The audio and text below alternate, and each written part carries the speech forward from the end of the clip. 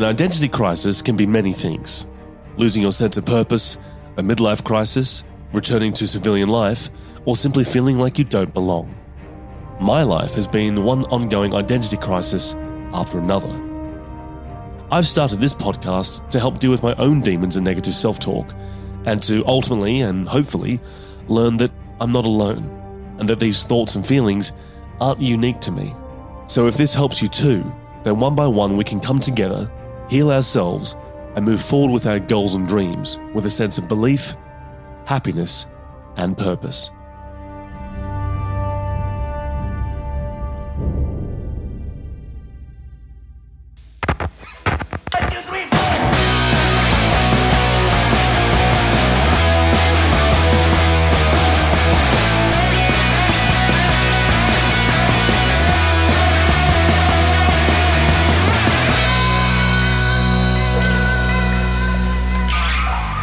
Hi, welcome back to the Identity Crisis Podcast. I'm JNewtz, and my guest today, all the way in America, Los Angeles of all places, is actress and comedian Lindsey Loon. Lindsey, welcome to the show.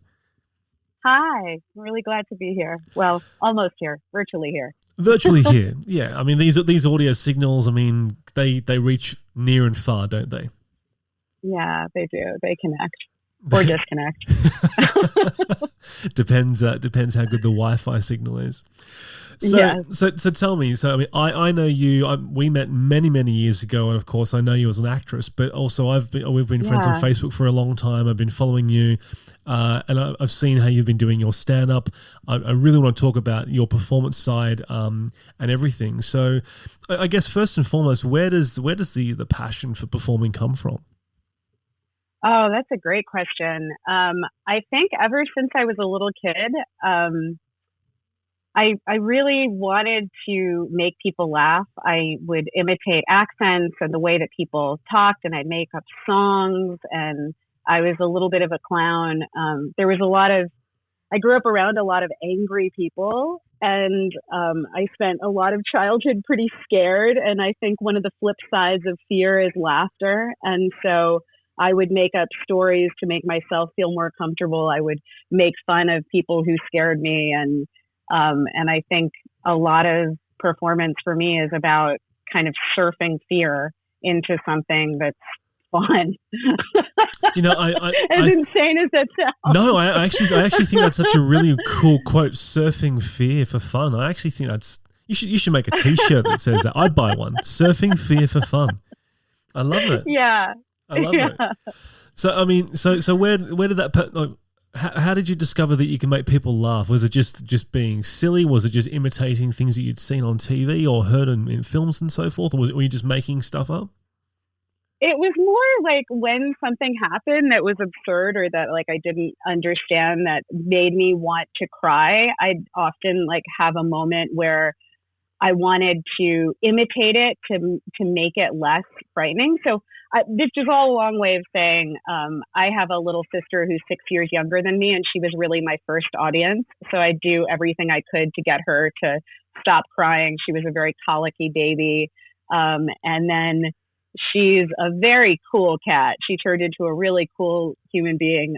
And making her laugh has always been one of the big treasures of my life. So I had sort of a built-in audience from the age of 6. And before that, I think I was just really lonely and wrote a lot of stories and a lot of songs and just did my artsy-fartsy thing kind of for the audience of me. And then when I had someone to connect and share with, then I wanted more people to connect and share with. And then I had the big artistic setback that everybody has to have early in life, which is that I was miscast in the school play. I really wanted to be the lion. I wanted to be the king of the jungle. And I was cast as the bunny rabbit. Ooh. And I vowed never to be a bunny rabbit in my soul. So yeah, just acting, singing, storytelling, comedy, it all kind of comes from the same place. And I've just been doing it for a really long time. Different jobs along the way, different professional pursuits, but pretty constant with the pursuit of silliness. Yeah. I love that. And once again, another great saying, the pursuit of silliness. It's not the pursuit of happiness. That's what they should have called that movie, The Pursuit of Silliness. Right. I demand a sequel. Would have been less crying. You know, one of the things that you mentioned in there, and you may have not even realized you said it. It was such a sort of throwaway comment, but you said that you sort of got into the performing, the singing, the writing, the comedy, and so forth because you were lonely. And for someone, for someone who was obviously so young, where did that loneliness come from? Was it the fact that you at one stage you were an only child before your sister came along? Did it come from somewhere else? Yeah, I was really bad at being a lonely child. I think I've always been, from the moment that I had language, I've been a little bit of a talkaholic. And I loved chatting with my parents, and my parents made me feel very listened to when I was very young. And I guess the flip side of having a very good connection is the absence of that connection for me. I'm a naturally and just enormously lonely person. That's really a terrible thing to admit. Yeah, I've never heard anyone put it that way before.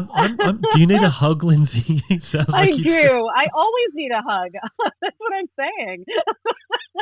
No, I think there was a comic who said that she wanted an IV of affection. I think it was Ellen DeGeneres. I'm not sure how to say her name, but I think it was Ellen who said something about wanting an IV of affection. And I was like, I feel you, you know? But yeah, I guess the highs are high, the lows are low. And when I feel joy, I like to share it. So performance is a very natural outgrowth of that. Although sometimes I've done writing and art and things that are more delayed in terms of connecting with an audience, you know, where there is a lot of solitude, but that solitude doesn't feel lonely to me as long as there's something artistic in it. You know, if I'm trying to navigate a story world or to perfect a joke or, you know, clean up a punchline or something, then I have company. I really like company. Everyone handles loneliness and everything that comes along with it in totally different ways. And I think it depends on the sort of day you've had or the week you've had or just your mental state in general at the time. But apart from channeling loneliness into your creativity, which it sounds like you've always done and continue to do, which I think is a wonderful way of actually, you know, using that kind of energy. When that's not flowing, when that's not working, what happens when you feel lonely? Like, do you find that you can sort of get into like a dark period, or do you actually just always find you can channel it into something creative? I feel like over the years, I've gotten good at kind of being friends with my monsters, you know, humoring myself so that at times of either loneliness or, you know, when things get really bad, a kind of depression, there are a lot of ways that I have of self-care, of really taking care of myself and making sure that my mental health is pretty solid. And then within just the discomfort of not always being connected to people that you love all the time, not always being on stage connected to an audience all the time, not always being plugged in. I've come to enjoy some of the more grown up aspects of like loneliness and boredom in a way, you know. I don't know. I work with children now. Coaching creative writing is one of the jobs that I do, and I help kids who are 11, 12 years old write their first books, chapter books and young adult novels and stuff like that. And navigating these kids' worlds of emotion and all the highs and lows, I'm like, how does anyone survive childhood? You know, so I think some of getting comfortable with discomfort and becoming, I mean, you can't really become friends with loneliness, but becoming like worthy adversaries. I think part of that is, you know, some of it's the aging process. Some of it is just good old exhaustion that happens with, you know, meeting a certain number of people in your life, and just also having gratitude for the strong connections that I do have. Like a lot of my close friends aren't here in LA, they're scattered across the globe. And so it's on me to maintain those connections and to be open to reconnecting with people and stuff like that. So I guess it's all to say I've gotten bit too old and tired to really wallow in it anymore. But I do still carry around a heavy coat of loneliness. I just laugh at it. I tell you what, I think that if there was ever a superpower for people out there who feel lonely and depressed, I think that you definitely possess it. Being able to laugh at loneliness, it's so powerful. Well, thank you. I think most people, when they allow themselves to really think about it, it's there. It's part of the human condition, like stage fright. I have terrible stage fright, just absolutely grueling, awful stage fright. I have tried to physically run away from gigs that I'm in. I mean, I have gotten as far as to get in the car with my hands on the wheel, ready to start the vehicle, and said, oh no, wait, I do have an audience waiting. I do have the booker who trusted me to make this appointment. I do have all those posters, and I probably should get out there. But I have gotten to the car and been ready to flee before. Like my stage fright is no joke. It is pretty formidable. I was actually on a beta blocker for a while, propranolol. I'm probably saying it wrong, but there are things that can help convince your body that you're not in a state of fear, and then it helps your mind to calm down. And there's a stage fright drug, and I was on it. But I don't use it anymore. I just surf the fear. I come to enjoy some of the highs and lows of it.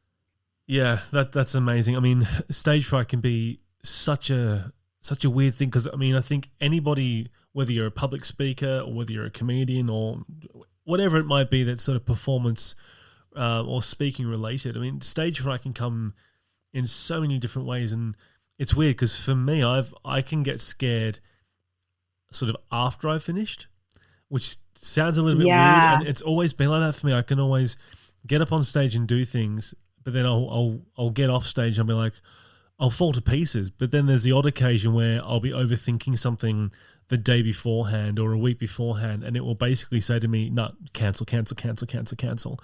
And sometimes it wins, and other times it doesn't. Do you know what I mean? It's a weird thing. Yeah, there's a comic here in LA, Bobby Oliver. She's brilliant. She's so funny. And she has this great Southern accent. And she says, comedy is always trying to get you to quit her, and it is. There's just so many voices in your head with comedy. I think that it's such an up and down experience, and it's so easy to convince yourself, oh, I'm never doing that again, or that wasn't very funny, or whatever. But then you just get out there and continue the narrative. It is kind of weird. Comedy is one of the only sort of art forms where you get an instant reaction of whether people have enjoyed it or not, because if it comes to, say, for example, a movie or a play or a piece of art or poetry or a book or whatever, it's a bit of a slow burn as such, because people have to sort of be immersed in it completely, whereas a joke can literally last seconds. And at the end of those seconds, whether it's worked or whether it hasn't, it's one of those instant, you get the feedback instantly. You tell a joke, and if you hear laughter, you go, oh, good, they liked it. And if you hear nothing apart from a cough, you go, oh, fuck. Oh, well. Yep. Yeah. How long's left? 45 minutes. Oh, fuck. I actually told a joke recently, and there was absolute silence. And then remarking on the silence got a really loud laugh. I find that sometimes happens when you point out just the reality of the belly flop. Mm-hmm. It was a very, very dark joke. And now that you've said that, I'd love to hear this dark joke, because I'm all about dark jokes. And if anyone's listening who doesn't like dark jokes, you're listening to the wrong fucking podcast. So please tell me this joke. So I guess it comes out of being tired of defending women. I'm tired of people really speaking badly about women and saying things like, women are the worst. They're passive aggressive, and it's like, what's worse than passive aggressive? It's like every other kind of aggressive, right? Yeah. I mean, I'd rather have the bite of wit than the bite of Jeffrey Dahmer, because when women go wrong, we fill the world with mass hysteria. But when men go wrong, y'all fill the world with mass graves. And there were crickets. And I said, I guess that joke died, just like many of their dates. Silent forever. Oh, dude. Here's the thing, like, so as you said, like, sometimes referencing the tension in the room can get more of a laugh than the joke, because I think in some ways, especially these days, people can be so afraid to laugh at something that sort of pushes the edge of PC, or, you know, things that are woke or whatever it might be. And I think there's a lot of people who go, I'll laugh when somebody else laughs. But then, and this is the thing, comedy has always been about the build-up and the release of tension. And the release of tension in comedy always ends in laughter.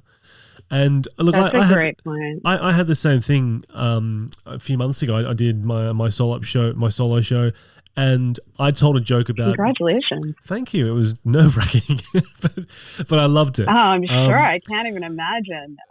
The friends I've had that have done that have said it's been one of the hardest things they've done in their life. Was it rewarding? Did you? Oh, completely rewarding. What was it like? It really was. It was the most rewarding thing I've ever done, because I don't want to live a life of regret, and I knew that if I'd never done a solo show myself and just sort of gone, I'll either just stay in a group or I'll just give up for a while, I knew that I would have regretted it.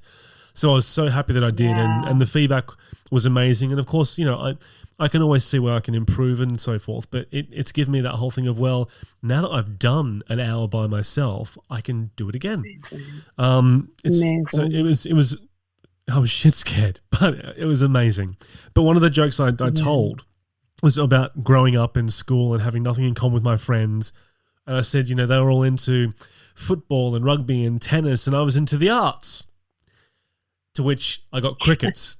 And then a few seconds later, I just said, yeah, exactly. And because I'd referenced the fact that the audience didn't get to it, there was a massive laugh. And I'm like, damn. And that literally wasn't even a written joke. That was literally me responding to the fact of, that's what my friends thought. And once again, it broke the tension, and it was great. And it helped get me through part of the show. Yeah. Yeah. And also there's something, an audience often loves when you do something that's just right in the room, you know, and that's raw, and that's a little bit self-aware in a self-mocking way. I mean, that's such a moment of close energy with the audience, because they feel like they're in your skin in that moment, you know, and that's really exciting for them, I think. I mean, I still am an audience member. I go see comedy tons, and that's how I feel when I see somebody just be real in that moment. It just breaks and sizzles the air a little bit. You know, it's amazing. One of the things that I really learned this year from doing that show, it was a very personal show, talking a lot about my life, my childhood, my struggles into adulthood and through adulthood. But the thing that I found so remarkable was that the more you are prepared to be vulnerable and open up about your life, and even though you're making jokes about it, it was amazing how the laughter and the connection was different. Because in the past, I've gone off on stage and I've told jokes. They could be simple one-line jokes, or I could be referencing woke culture or PC culture or cancel culture, or just silly stuff that I may have been thinking of that's either relevant to the society or not. And it would usually get laughs, and people would come along for the ride. But this time, personalizing it, it was basically almost like the proverbial, you're standing there naked, vulnerable, and everyone's like, wow. And because they saw the real person, but they were there to connect with, I was there to connect with them and take them on a journey with me. It was amazing. I think people relax and open up and laughed more because they can maybe assimilate to things in my life that they've gone through themselves, you know, vicariously, or going, wow, I've gone through the same thing. In fact, I've said this before on my other episodes. I talk about dyslexia, which I've had all my life, and I only learned about it over about 4 or 5 years ago. And then also there's a form of Asperger's I've got as well, which again was sort of news to me, but it was interesting how like you hear those things and then you go through this element of self-discovery where you go, actually, I can see that. But rather than feeling bad about it, I just sort of embraced it and put a lot of this stuff into my show.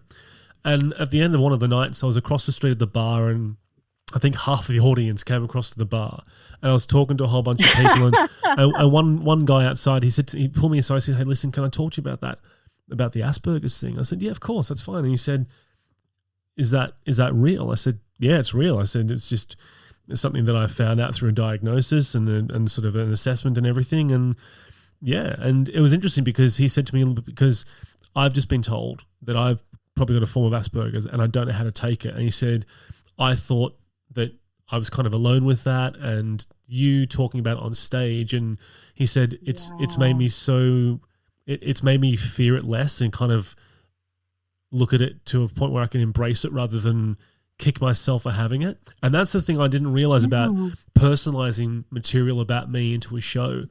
It really brought me together with the audience in a way that I never felt possible. And I'm sure that you've done something similar yourself, whether it be open about, you as a person or an experience that you've had or something that's so close to you. As you said before, like it can be such an amazing way of really connecting with people. So comedy is there for us to learn and laugh and live.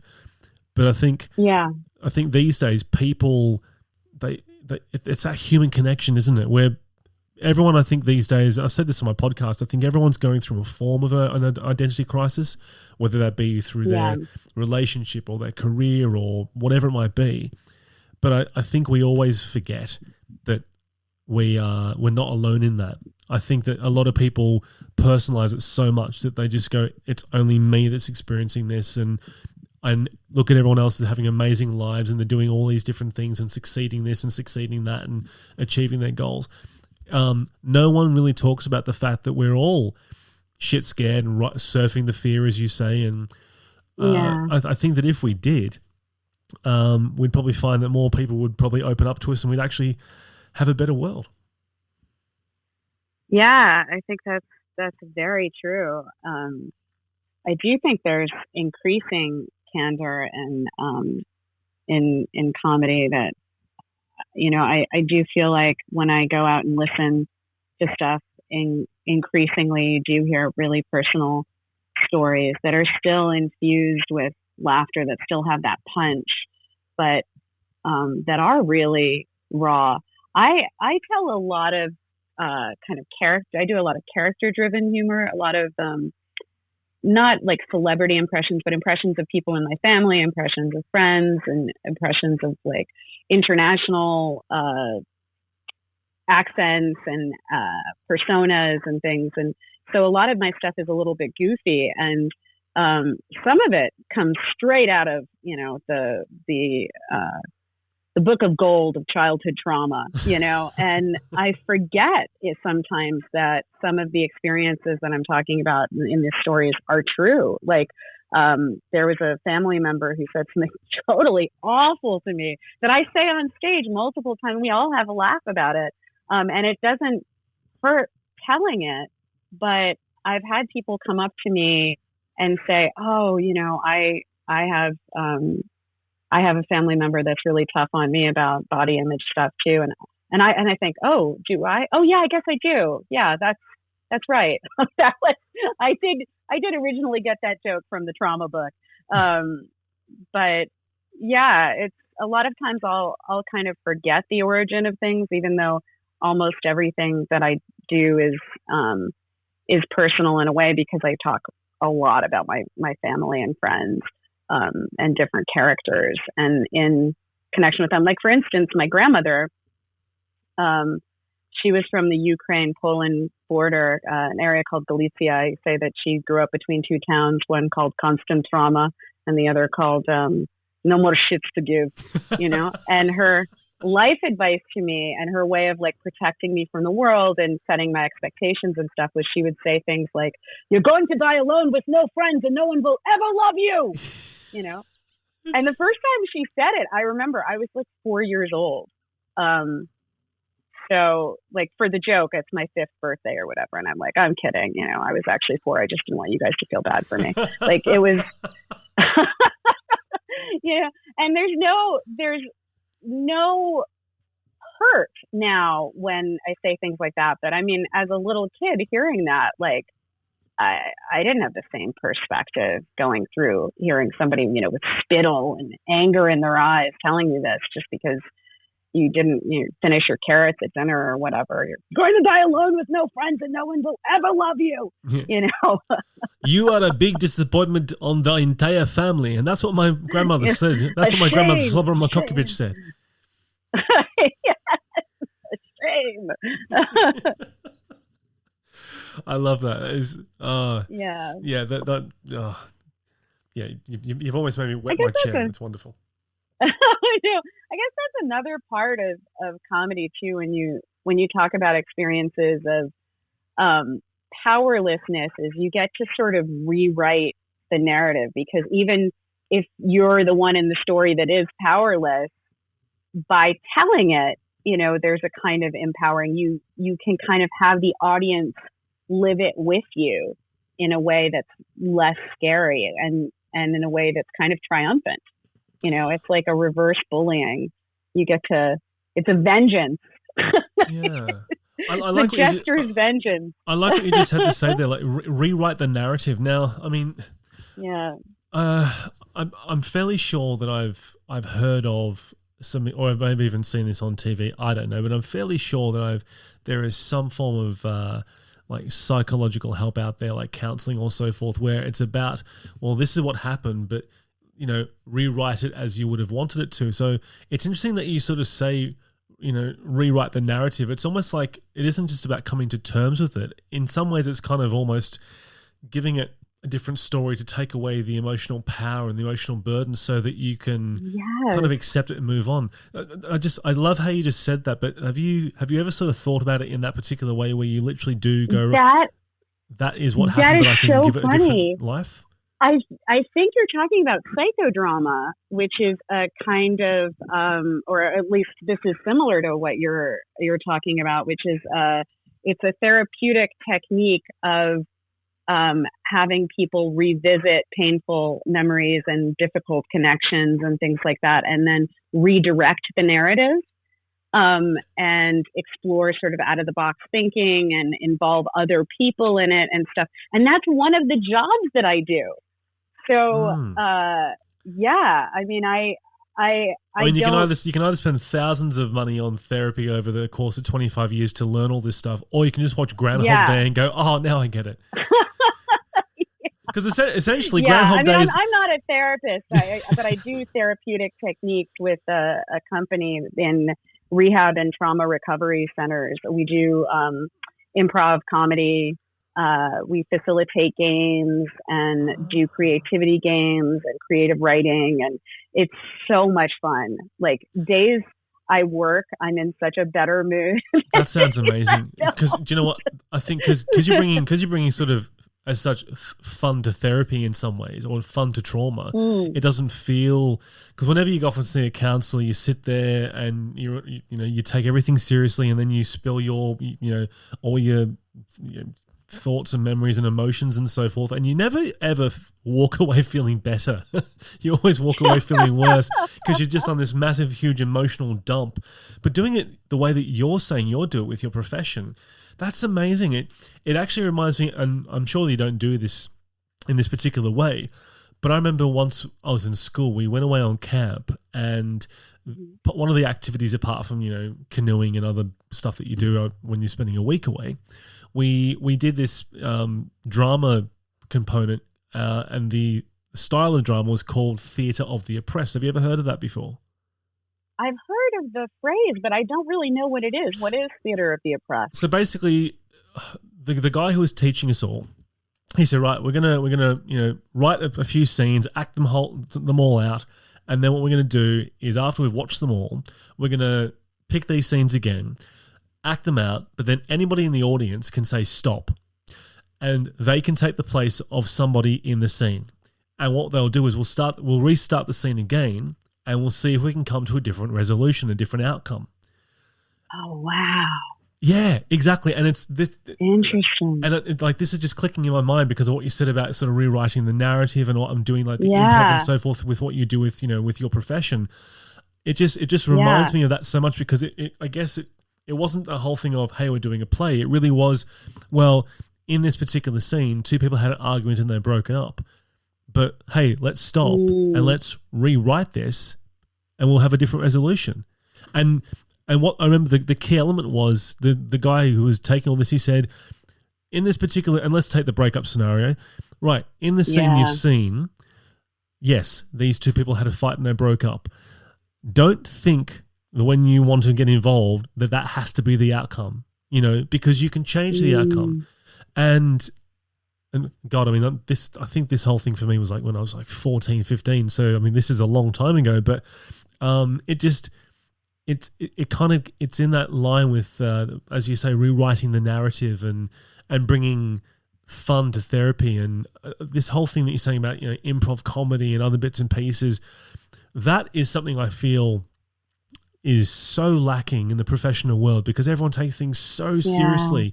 Whereas you seem to be in an environment where it is such a wonderful way of dealing with it. I am so deeply, deeply, terrifyingly grateful to get to play in my job and encourage other people to play and to facilitate that spirit of playfulness. And one of the things that we say when we go in is, you guys are doing a lot of really heavy work. You're doing some really serious processing. You're dealing with very heavy themes. And this is a time to be playful and to deal with the lighter side of your mind. And some of the things that feel silly, like, why am I doing this? What is the reason? Because, you're in such a purpose-driven environment. People are literally waking up and their entire day is dedicated to recovery, to recovering the most functional parts of themselves, to becoming better versions of themselves, to becoming, really healthy in a way that many people were, on the verge of just not being functional at all. So the stakes are very high. It feels very important. And so to come into that sort of battleground, in jester's garb and say, okay, now we're going to play feels silly at first, but I've really firmly come to believe that what we do is very important because it's just so good for your brain to remember what happy feels like, to remember what the experience of joy and absurdity and the power and relief of tension of laughter. And that is just so good for you. So I love being part of the process. I really, really love it. And it's also really inspiring the communities that we work with, to see people really, really working on themselves. It's almost like visiting, I don't want to say like a monastery because that makes it sound really grand or whatever, but it's like a battleground and a monastery and just people chilling out. Like the priority is being. And there are very few spaces that I've ever been, definitely in the United States, that are really focused on just being a better version of who you are in a conscious way. There's certain things about sports, there's certain things about the arts, there's certain things that can get you out of your head and into sort of an elevated plane of being. But to do that with who you are and the choices you make and it's a really, really fun world to be part of professionally, and it's a really good team, and I love doing it. That is so amazing. And do you know what? Just listening to what you were saying then, it really sort of made me think, and I'm sure we've all gone through this. I think you've gone through this. I've gone through this. I think most people alive would have heard this at some stage. And there comes a time between the transition of you're no longer a child, but you're not a teenager just yet. You're sort of like you're a young person. You're not a kid anymore. And you get told, grow up, act your age. Yeah. Don't be so silly. Don't be so childish. And that really is the start of don't have fun anymore. Be an adult. All the fun's now gone. And that's such a shame because essentially what you're talking about, and this can be applied to anybody of any gender, any age, any race, any location in the world, we really need to, in order to heal as individuals, not just as a world or as a society, as individuals to get over our own crap that's in our minds and our lives and our heads. We need to embrace the playfulness again. We need to embrace the childlike fun, and you see it all the time. I got told I like wearing these really sort of quirky pants. If anyone who's ever seen me, I'm always wearing tartan punk trousers, or I've got these black jeans with like all these punk skulls and other bits and pieces. And I was wearing one of them today, and I love them. It's a huge part of who I am. But this person today, out of nowhere, he just looked at me and he said, "So I've just seen that your trousers look like you're really shit at painting, and you're wearing it all over your clothes." And I said, "Yeah, well, I am shit at painting." But I thought to myself, "Fuck off!" Seriously, who the hell are you to judge me for what I choose to wear? And I look at, especially men, I can't speak for women because, of course, I'm not one, but I look at a lot of men and the way that we talk and act and dress, especially the way we dress, there's such a limited style, and limited expression. And if you just take that into humanity in general, not just, gender specific, a lot of people, like I said, it's all about grow up, act your age, and essentially it basically means stop having fun. And I think that that's where a core of everyone's problems comes from, because we've forgotten how to have the fun, and that turns into trauma, fear, depression, sadness, whatever, and we carry that for a long fucking time. Yeah. It's funny, as you were talking, I thought of two things. There's a game that we play in some of the centers called the popcorn questions, and you just ask goofy questions. One of the kind of icebreaker questions that we have is, what is a trend that really annoys you, and what is a trend that makes you smile? And one of the trends that makes me smile is that now it's so increasingly free for people to be colorful in painting their nails and dyeing their hair, both male and female. And like right now I have a manicure that's 4 different shades of purple and gray and silver. And, I just have, it looks like I massacred a peacock on my fingers. Like I just, I love like the chaos of color and the name for your next stand-up show should be called Puppetry of the Peacock. Puppetry of the Peacock. I love it. I love it. And the other thing with playfulness is I was randomly on the Wikipedia page of Julia Louis-Dreyfus, who played Elaine on Seinfeld. Oh, yes. And it said that her entertainment, her understanding that she had a passion for entertaining people came when she ended up in the emergency room as a little kid and it happened, I guess, more than once. She stuck so many raisins up her nose to make her mother laugh and then couldn't get them out. And it's like, that's a little kid being Robin Williams, being somebody who went on to be Elaine in Seinfeld and have, fabulous comedic timing and whatever. But just we're these little animals, these little monkeys that want to entertain each other. And I bet she never ate a raisin for the rest of her life. Yeah, I wonder if she eats raisins now.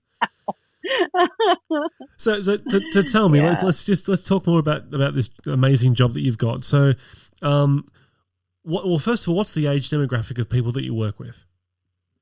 Oh, it's really interesting. We do both teenage centers and teenage and youth centers, and all ages centers for adults. So for teenagers, it starts at 12 years old. Wow. And then goes to 17. And then for adults, it's from 18 to, I've seen people in their 70s and 80s. I mean, I'd say probably the most common demographic is, it actually totally depends on the center, because some centers will be 20s. Some centers will be 40s, 50s, 60s. Then some of the teenage centers are 15, 16, 17. And some of them, there are 12 and 13-year-olds in there mixed in, So it really, really, there's a real shift in ages. Yeah. Both the work with creativity and improv comedy therapeutic techniques and the creative writing stuff that I do, it basically is from 12 till,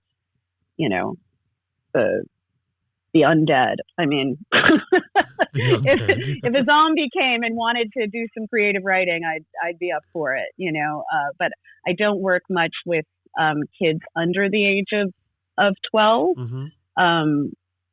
I've had that's because you don't work in politics. Yeah, that's right.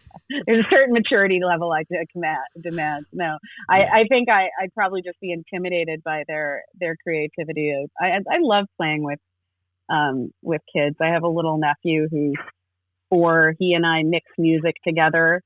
He loves a song. I like to move it, move it. I like to move it, move it. He loves the drum part in the beginning. So I showed him in GarageBand. Yes, exactly. So we mixed it in, and then as I was laying down the recording, he goes, "I want to do it. I want to do it." So then I recorded his voice saying that, and we echoed it, and we did a whole little mix of it. It was fun. Do you know what you should? I mean, because I love obviously doing voices, accents as well. And if you can do, your voices are amazing. If you can do Mickey Mouse, I'd like to move it. I know that could just be. Just be funny. Yeah. I like to move it. I like to move it. Actually, you could do multi characters. Oh yes, I like to move it. Oh Brad, come on, I like to move it. Yes. That's fabulous. Do you do much voiceover stuff? I probably should get into it. Yeah, man. Yeah. No, I remember that because you did. You were doing sketch comedy when we did our acting project, weren't you? Yeah, really? and I still do. I mean, like I did this thing years ago. I know we're going well off topic here, but I promise to anyone who's listening, going get on with it. I'll bring it back around to something relevant. I promise. One of the things I spoke about, especially after all the pandemics and the lockdowns. I did this joke about we're all at home with nothing to do apart from watch Netflix and Pornhub, but not at the same time, obviously. But imagine if you could have people like, what's his name? Owen Wilson going, wow, look at the size of that cock. I'd like to put it in my mouth. Yeah. And then I move on to things like Jack Sparrow going, William, I have an idea. You start from the front, I'll start from behind. After a while, we'll swap over, savvy? So I've always enjoyed doing accents and everything. And I bring it into a whole bunch of things. And do you know what? For any men out there, if you can learn the Stewie Griffin voice, women love it in the bedroom. Oh, you naughty girl. Come here, I'll spank you. Yes, I'll spank you. Oh, that's right. Bend over. Oh, look at that. Spank. Right, now, like, you do it to me now. Oh, it's my turn. Oh, yes. It's true because it's so naughty but non-threatening. Exactly. Like, it's so goofy, but it's so safe. It really is. There's a little meanness to it. It's edgy. It is. And look, I bring all this stuff up with the voices and the playfulness for a reason. This isn't just me, going off on my own tangent. No, that's great. What I want to talk about is you say that you work from people, or your centers work from people from the ages of, say, 12 up until the undead. We won't put an age on that one just in case, but there are people listening out here who are part of the undead category. And if you are, welcome to the show. But come be creative. But what I wanted to ask you is, what do you find is the difference between somebody who's in their teenage years to somebody who is later on in their life? Who opens up more and who opens up faster? Like, do you find that with, say, for example, a 16-year-old, like, not fucking doing that crap? Or do you find that with a 40-year-old, like, yeah, let's just do this? Or do you find it's a mixed bag? Like, what's the demographic and that kind of struggles to do the most? That's a great question. Yeah. I'll tell you who I prefer to work with. I mean, my favorite people to work with are hesitant adults. Ooh. Hesitant adults are like my jam. I get so excited when someone's like, I don't want to do this. No, because so often it's people are overthinking things. They want really specific instructions. They start getting nervous. You can see an anxiety and stuff. And when you can calm them down and relax them and have them be playful, or when they are funny despite themselves, and then they experience what it's like to make a group laugh, the joy that happens with adults. One of my favorite things was working with a group of veterans, and there was a man in his 60s who said, "Oh, do I have to do this?" And I said, "Absolutely not, but we would love for you to be in the room, and you're welcome to watch what we're doing, and we'd love to, for you to join if you feel like it. Why don't you just check it out?" And when he was kind of invited to be an audience and then sort of participate, he ended up making up the whole plot of a movie by the end of this thing. He got really into this storytelling game, and he just went on a roll, and he was cracking himself up, and his ideas were great, and he had some great out of the box thinking and stuff, but he did not want to participate at all. He was like, I've never done this. What is this crap kind of, attitude. So to see him laugh and loosen up and feel like it was a safe place to do that, and then to see what he was capable of, that was amazing to me. I know a lot of people find working with teenagers very fulfilling. I think there's a lot of creativity that teenagers have to offer, but there's a certain gentleness, like extreme gentleness, that I feel mandated when dealing with teenagers, that I like to have the gloves off with adults. I really find it very fulfilling to work with people who don't identify as creatives, and see how creative they can get. Why do you feel, why is it that people almost need permission to loosen up and be playful, be silly, be funny? Why do you think that people hold on for someone to go, it's okay, you can do this, and then you are encouraged to do it? Why do you think people are so sort of held back on waiting for permission? There's a lot of different reasons, but I think one of the sweetest reasons is that people really want to do a good job a lot of times. They don't want to let people down. So when somebody feels like, I'm bad at creativity, they don't want to make a fool of themselves, but they don't want to do something. They don't want to do something shameful. They don't want to waste someone's time. It's a kind of generosity of spirit, actually. They're trying to prevent you from their badness, but when you get to play with them and say, hey, creativity actually is kind of messy and weird and counterintuitive, and sometimes when you are being terrible and bad and whatever, then you can be the most funny in a moment. It can just sort of like spin on its head and, expect the unexpected. Then there is a permission that a lot of people find really helpful in getting to that state.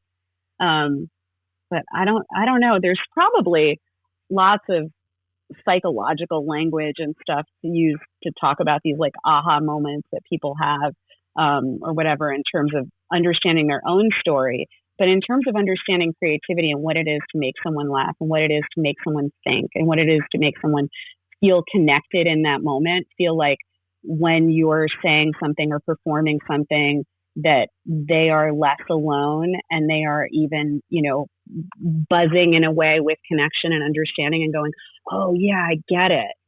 Oh, me too. I don't quite have the language to describe it, but it's just so freaking fun. Like, I just love it.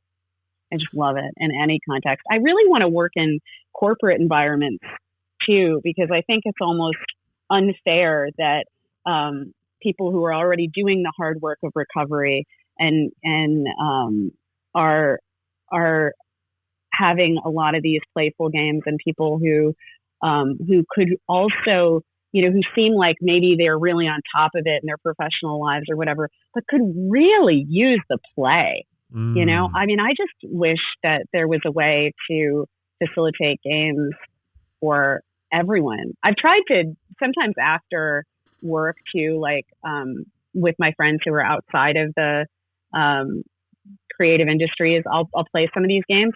And sometimes I was at brunch with my sister and her husband and my brother-in-law, and they were so creative. They're both in the sciences, and they were just off the wall. I asked them the question, if you were to combine any two animals in the world, the cutest, the scariest, whatever, and make a new animal, what would you make? And it was like so elaborate. They insisted on combining like 4 animals. I think they're off in the lab actually making those animals happen now. Great. But it was, their imaginations were just like, oh, okay, it's a mosquito, frog, elephant, tiger, whatever it was that just popped into their mind. They were really thinking through, what would this look like? Could you imagine a mosquito elephant that bites you but can't run away? Oh no. Oh man, you'd have to have a very big shoe.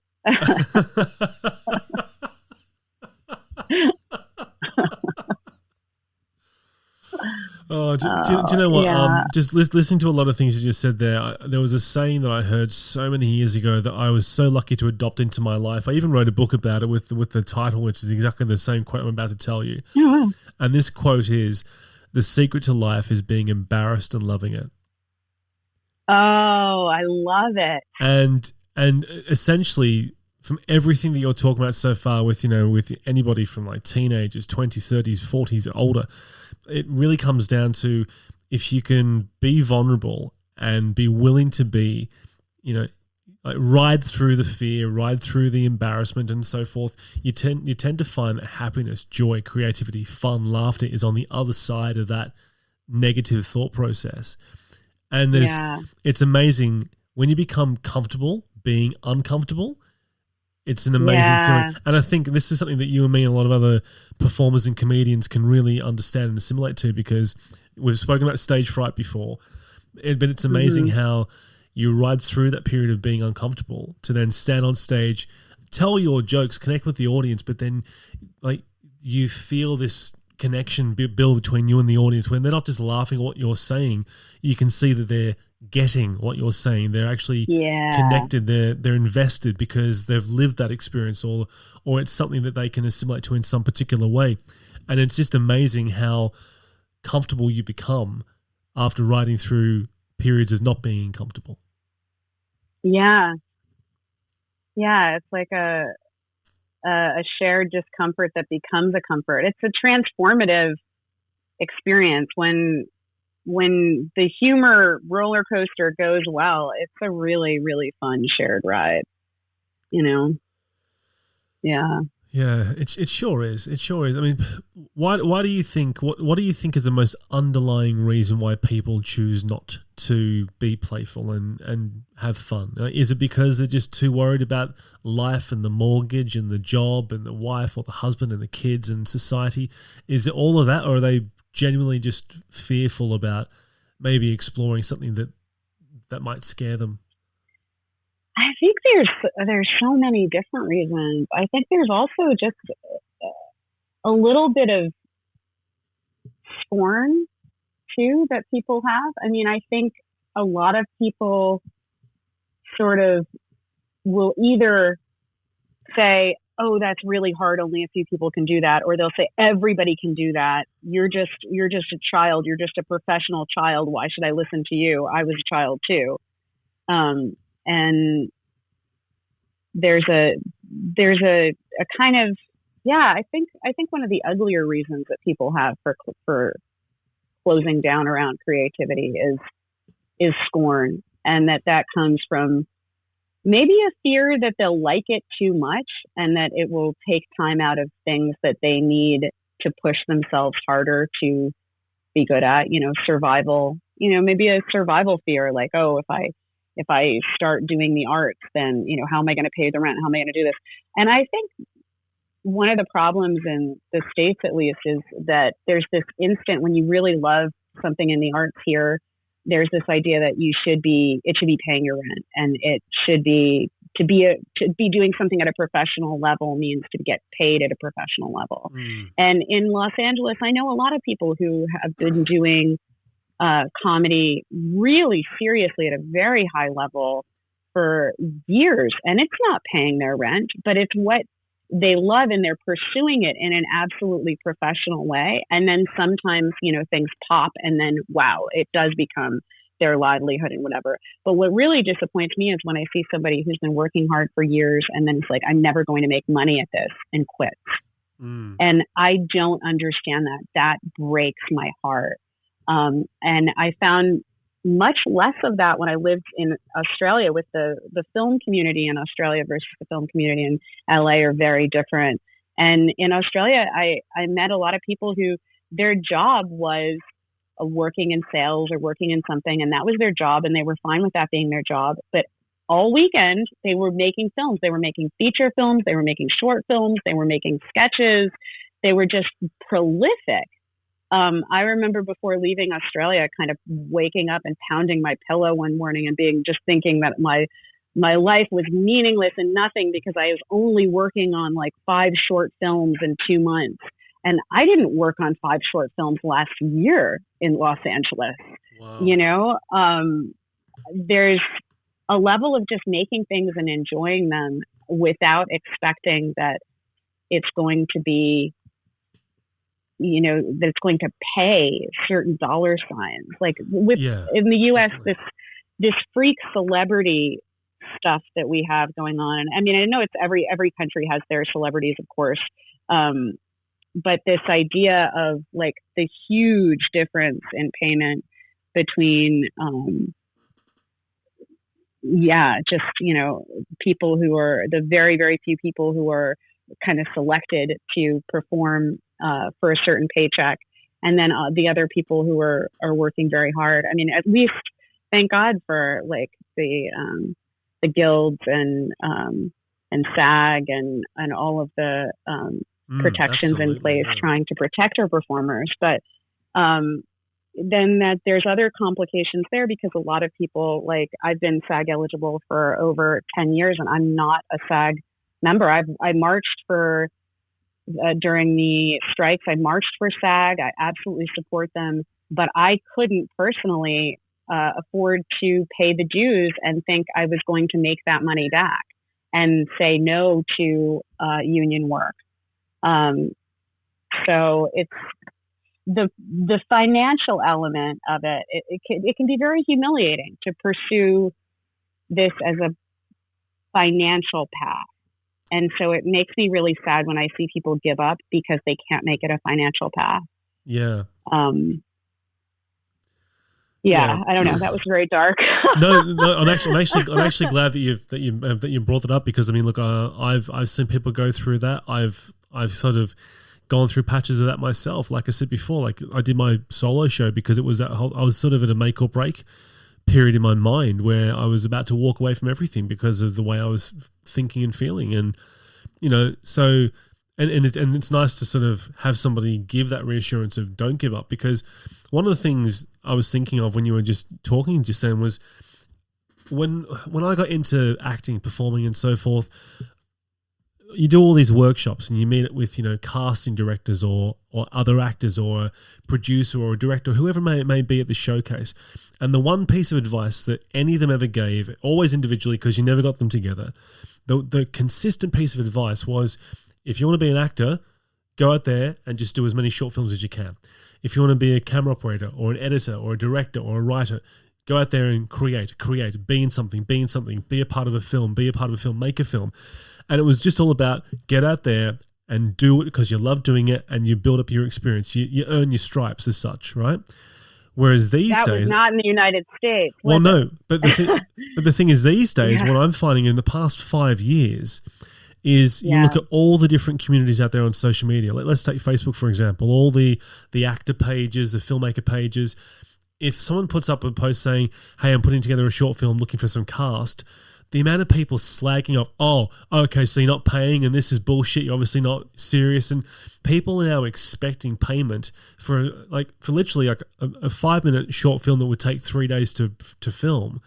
Yeah. And it's like, who do you think you are demanding that, you know, to get paid, you know, because if you want to be an actor and you've got a chance to be in someone's film, it doesn't matter if the film doesn't turn out well. You've learned something. You work with other people. You may explore a character you haven't done before. And importantly, as you've also just said, you get to have fun. You get to play. You get to do something that fulfills you as a person, fulfills your soul, and makes you go, I love what I'm doing, irrespective of wherever it goes.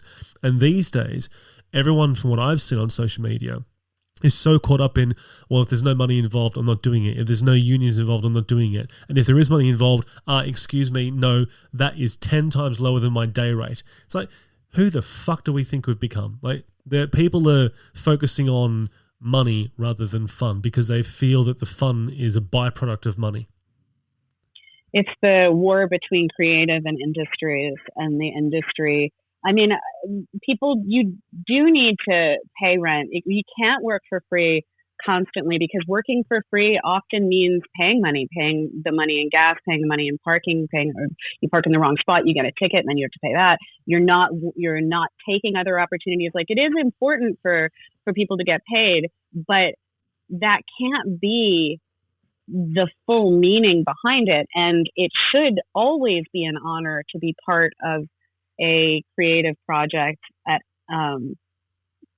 whether it's paid or not. And often there's a playfulness that happens when things aren't monetized, that kind of goes away when people start worrying about the producing elements of giving back money to investors, or our Seed and Spark campaign, and our GoFundMe, and our Kickstarter, and all the crowdfunding stuff on an indie level. And I can only imagine the studios at a different level.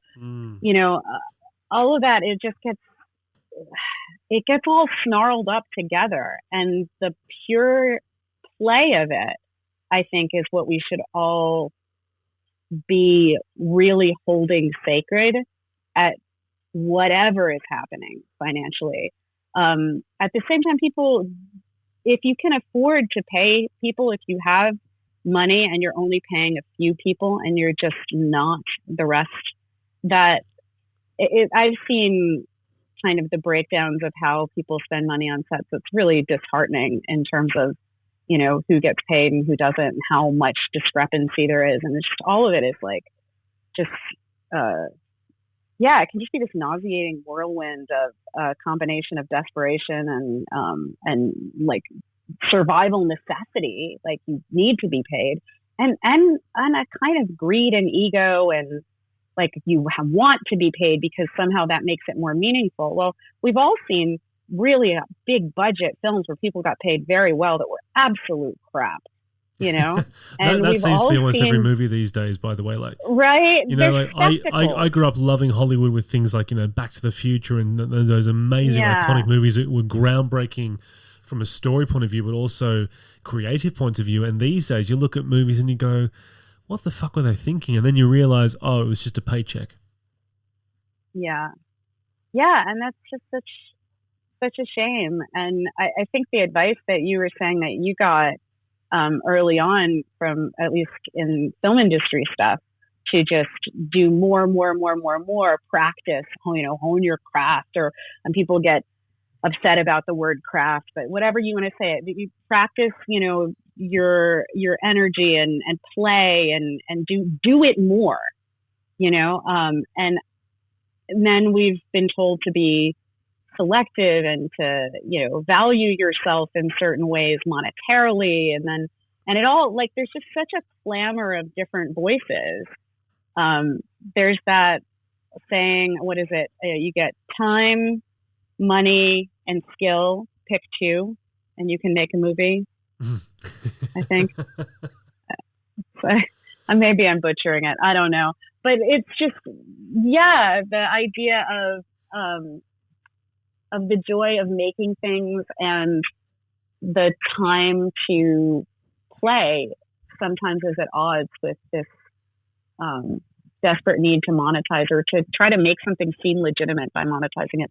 What's really ironic is in a lot of the indie world, at least for performers, the payment is so token that the difference between a paid project and an unpaid project is like, okay, well, if you park in the wrong place, you can pay your ticket because you got paid that day, So I don't know. I remember when I first came to LA, and the first big set I was ever on, the amount of money spent on food and the amount of food waste, just my eyeballs wanted to fall out of my head. It was just staggering to me, seeing what people had hustled on small sets, and kind of just all split a pizza, and basically taken, short break to just shovel down the pizza and then get back to work, versus the catering and all the stuff that happens on big sets. But having worked longer hours on some professional projects, I understand, like, there's also sort of not quite a human right, but like a comfort level that you're trying to show, like a level of professionalism that you're trying to show, that's it's a shorthand for taking care of people, because like most creative groups don't actually know how to take care of people. So if you feed them well, you feel like, is that respect? I don't know. do always feed your crew well if you can. Always feed them really, really well. Yeah. I don't know. I'm babbling. I don't even know what I'm saying. maybe cut that. No, that's fine. That is fine. I mean, look, as I said, I mean, like, I think the end of it comes down to this. It's whether it's something that you're pursuing professionally, whether it's something that you're going through therapy with or whatever. I think that the underlying thing here is in life, in your job, in your passions, in your career, in your relationships, you need to find the fun. And you need to let yourself be open and vulnerable. And it's very hard when you're in a very negative headspace. But it's about finding the fun, finding the funnies, and as you said before, being grateful for it. But letting yourself, giving yourself permission to just go out there and be vulnerable, be a little bit silly, bring back the inner child. And I think that if you really ask people a question bluntly, do you feel embarrassed acting like a child? I think that most people would say yes. Yeah.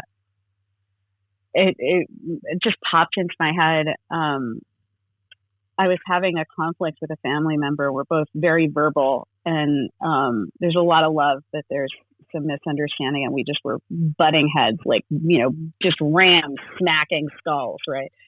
And she very wisely said, let's draw, almost like let's draw weapons kind of thing. But she meant literally, let's draw. Oh, right. So we both got a paper and a pen, and just for 5 minutes just drew different figures and different abstractions and different whatever. And it was the first time that I'd played with visual art in, I don't know, probably years.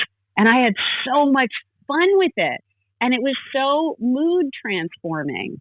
And the figure that I was drawing ended up singing. And then I thought of something, and then I laughed, and then she laughed. And it was something where I had no professional aspirations. I love visual art, but I am not looking to pursue it professionally. I have done photography professionally as a gig, as for headshots and events and things like that, but I'm not a fine art anything. And it's just something I really enjoy. And having that moment to be kind of awkward at something and just deal with a new tool kind of threw me off in this really fun way. And it just helped clear up the cloud between us. I kind of needed a workout. Like, I needed a creative workout. And I think a lot of times, like, people won't go to the gym. They won't get sunlight. They won't take themselves for walks. So you'd be arrested for treating a dog as badly as you treat your own body most days, and we do the same with creativity. We forget that there's so many ways to work out your mind, and that can spill over to really helping your emotional state and your way of being and your sense of gratitude towards others too. Yeah, I think the social I can't remember what we were arguing about. Oh yeah. Social media, I think, has played such a huge role in sort of the demise of happiness in some ways, because everyone looks at Instagram reels or Facebook posts or small little videos about people living their best lives and so successful. Look at the money, look at where I am in the world and my car and my partner and whatever it might be. And I mean, yes, there are people out there that have that kind of lifestyle legitimately, but more often than not, it's smoke and mirrors. It's all bullshit. I mean, I spent a long time working as a photographer in Melbourne, shooting properties in some really elite suburbs. And these people literally do live mostly paycheck to paycheck. They're in houses that are worth millions of dollars. They drive really expensive cars worth hundreds of thousands of dollars.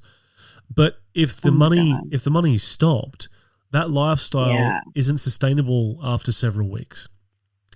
And unfortunately, a lot of the world has really shifted into this instant gratification society, and sadly, it plays out in our personal lives as depression, anger, sadness, resentment, whatever it might be, and the worst thing is when you lose your happiness, when you lose the fun, when you lose the playfulness, all of that negative energy comes into you, which leads to things like identity crises, midlife crisis, and whatever else. Do you know what I mean? So I honestly, I love what you are doing over there with the company that you're doing it, and then the attitude that you bring, just you as a person, but obviously you bring to your place of work and to the people who come there to work with you. I mean, I've spoken to so many different people about, and therapists and all this other type of stuff, but no one has had this wonderful outlook of playfulness and just getting back to that core thing of playfulness and fun and creativity. And it's only just been through this conversation, and I really hope that people have listened to this entire episode, because I really do now think after this conversation that if more people who are professionals as such in their fields of psychology or whatever the case may be, if they brought the element of playfulness, fun, creativity, and laughter into everything else, I think that they would see not only better results in their clients, but their clients would just be, well, actually, they put them out of a job. Let's be honest. Health is and sustainability is the most dangerous thing for commerce, isn't it? Oh, yeah. It's like that old adage, a doctor wants you to get healthy, but they rely upon you to be sick first. Do you know what I mean? So, but look, Lindsey, I think that you've got the most amazing outlook on life. I love the fact that you, as you say, you can surf through the fear, you laugh at your insecurities and your judgments and so forth. You don't let it affect you. I mean, I can't tell you how beneficial this conversation has been to me, and just giving me a few different ways to sort of look at things in my own life. It's wonderful to just hear your take on the world and everything. And I mean, God, if I was living in America, I'd be like, damn it, girl, I'm coming to your clinic tomorrow because I want to experience this shit. It is so good. It really is. So I mean, well, I love what you're doing with this experiment of compassion and curiosity. I mean, just the way that you're running this podcast is so cool. And thank you for having me be part of it. No, look, it's been amazing to have you on. It really has, and thank you for that feedback. I mean, look, as I said at the very beginning, I mean, I've done a lot of this for myself. Once again, it's that whole vulnerability type of thing. But at the same time, I've recognized in the world that the world needs this right now, because people are talking about what sort of they're getting into what the issues are, but they're not really getting into what the issues are as such, and like I said, my show in Melbourne that I did, it was called Identity Crisis. And that's where I really, really, really learned the connections I have with the audience. I had people give me hugs and kisses, and they shook my hand, and they were crying and so forth. And like I said, I met this guy who was talking about Asperger's and everything, and it just made me realize that whilst the world is definitely moving into a better place, slowly I might add, but we're moving into a better place, we haven't really yet found that whole thing of the core connection. And I think that the core connection really does lie in the fact that everyone does feel almost the same when it comes to their own self-worth, their own self-beliefs. And, if I can help one person through this podcast, like I swear you have honestly opened my eyes to some of the things that you've talked about. And if I can do the same to somebody else through this podcast with whatever either I have to say or what my guests have to say, I just really hope it just helps to sort of be a part of that huger, big change. Oh, I love it. I love it. And I want to see your show. How do we see your show? Is there a video anywhere? I can give you a private link. Okay. Sorry to put you on the spot. No. There's a few snippets that I've put onto my Instagram page, which is JNewtz _ comedian. But you can, there's a few small things, but I'll send you something. But the thing that I want to do is moving into 2025. I want to take the Identity Crisis show, rewrite it a little bit, add some more things into it, as any performer and comedian does. You're constantly moving forward. But I would like to take that show to Edinburgh, because I just sort of feel that it's a show that I just think people can connect with on a different way. Yeah. I could be completely wrong, and maybe people might just go, "Nah, you fucking shit, piss off." But you're going to try it. Do you know what I mean? So yeah, absolutely. I'll send you a video. But for anybody else who is listening, if you look at my Instagram, and you can find the details on Spotify and so forth, there's a few clips of the identity crisis thing there. But when it's ready to become more of a public thing, people get to see more. But look, in the meantime, Lindsey, thank you so much for being on the show, and just keep up the good work, girl. It's amazing. All right. Thank you so much.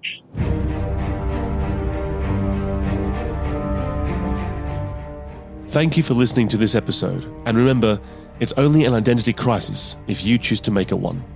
It's okay to not be okay. So speak up and talk to someone, or be the one that someone can turn to in their time of need. Don't forget to follow this podcast wherever you're listening, and if you're interested in being a guest on the show, send me an email at jnewtzcomedy@gmail.com. I'm JNewtz, and I'll see you next time.